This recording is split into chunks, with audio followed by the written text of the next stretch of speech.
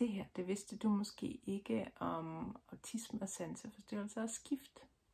Men det er faktisk sådan, at meget ofte, når man har autisme, så har man også sanseforstyrrelser. Og hvis man har sanseforstyrrelser, så har man også meget ofte ubehag ved skift, fordi skift, enten det er i aktiviteter eller i krav fra andre, for eksempel, det indebærer meget ofte også et skift i sansepåvirkning. Og en ændret sansepåvirkning, det kan altså være ret ubehageligt, når man har sanseforstyrrelser. Et eksempel på en ændret sansepåvirkning kan være eksempelvis, når man skal ud af døren. Meget ofte vil der være et skift i sansepåvirkningen, når man skal indefra og ud. Alene temperaturskiftet, der meget ofte er, når man skal indefra og ud. Det kan også være et skift i luften, i duften. Det kan være et skift i, at man skal til at have tøj på. Det her med, at man for eksempel skal have overtøj og sko på. Det giver faktisk en ret kraftig sansepåvirkning, fordi det her taktile sansesystem, altså berøringssansesystemet, bliver stimuleret meget kraftigt, når man skal have tøj af eller på.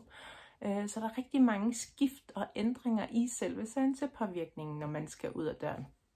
Det kan også være skiftet i årstiden eksempelvis, der kan være krævende og overstimulerende, hvis man har autisme og sanseforstyrrelser, fordi det her med, at eksempelvis man går fra vinter til forår, fuglene begynder at pippe, man skal have mindre tøj på, temperaturen er selvfølgelig anderledes, luftfugtigheden er måske anderledes.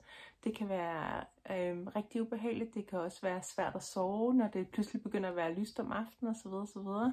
Eller skiftet fra forår til sommer, hvor man skal begynde at have solcreme på, og man skal have noget andet tøj på, som slutter midt på armen, så at sige. Det er faktisk også noget af det, som kan være ret sådan overstimulerende sansemæssigt, hvis man har autisme og sanseforstyrrelser.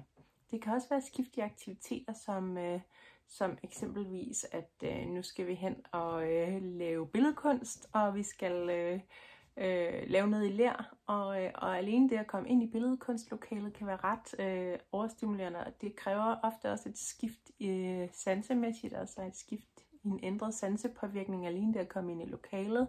Der lugter måske lidt af papir og maling, og der er en anden akustik, altså også den her auditive, den lydmæssige ændrede sansepåvirkning kan også have en betydning. Meget ofte er der meget larm og støj og uro i sådan et billedkunstlokale, fordi opgaverne i billedkunstlokalet kræver, at man skal bevæge sig meget imellem hinanden. Måske skal man arbejde sammen, meget ofte snakker man undervejs osv. osv. Det kan også være selve aktiviteten, altså et skift i aktiviteten, gå fra at have dansk og så gå til at have billedkunst, hvor jeg skal lave noget med ler. Det kan også sansemæssigt være ekstra krævende, fordi at man for eksempel skal sidde og røre ved det her ler, eller man skal vaske noget maling af penslen osv. osv. Så det er egentlig bare lige nogle eksempler på, hvordan skift, altså den her ændrede sansepåvirkning, kan indebære, at skift kan være sværere, når man har autisme og sanseforstyrrelser. Det her, det vidste du måske ikke om autisme og sanseforstyrrelser og skift. Men det er faktisk sådan, at meget ofte, når man har autisme, så har man også sanseforstyrrelser. Og hvis man har sanseforstyrrelser, så har man også meget ofte ubehag ved skift, fordi skift, enten det er i aktiviteter eller i krav fra andre, for eksempel, det indebærer meget ofte også et skift i sansepåvirkning. Og en ændret sansepåvirkning, det kan altså være ret ubehageligt, når man har sanseforstyrrelser. Et eksempel på en ændret sansepåvirkning kan være eksempelvis, når man skal ud af døren. Meget ofte vil der være et skift i sansepåvirkningen, når man skal indefra og ud. Alene temperaturskiftet, der meget ofte er, når man skal indefra og ud. Det kan også være et skift i luften, i duften. Det kan være et skift i, at man skal til at have tøj på. Det her med, at man for eksempel skal have overtøj og sko på. Det giver faktisk en ret kraftig sansepåvirkning, fordi det her taktile sansesystem, altså berøringssansesystemet, bliver stimuleret meget kraftigt, når man skal have tøj af eller på. Så der er rigtig mange skift og ændringer i selve sansepåvirkningen, når man skal ud af døren.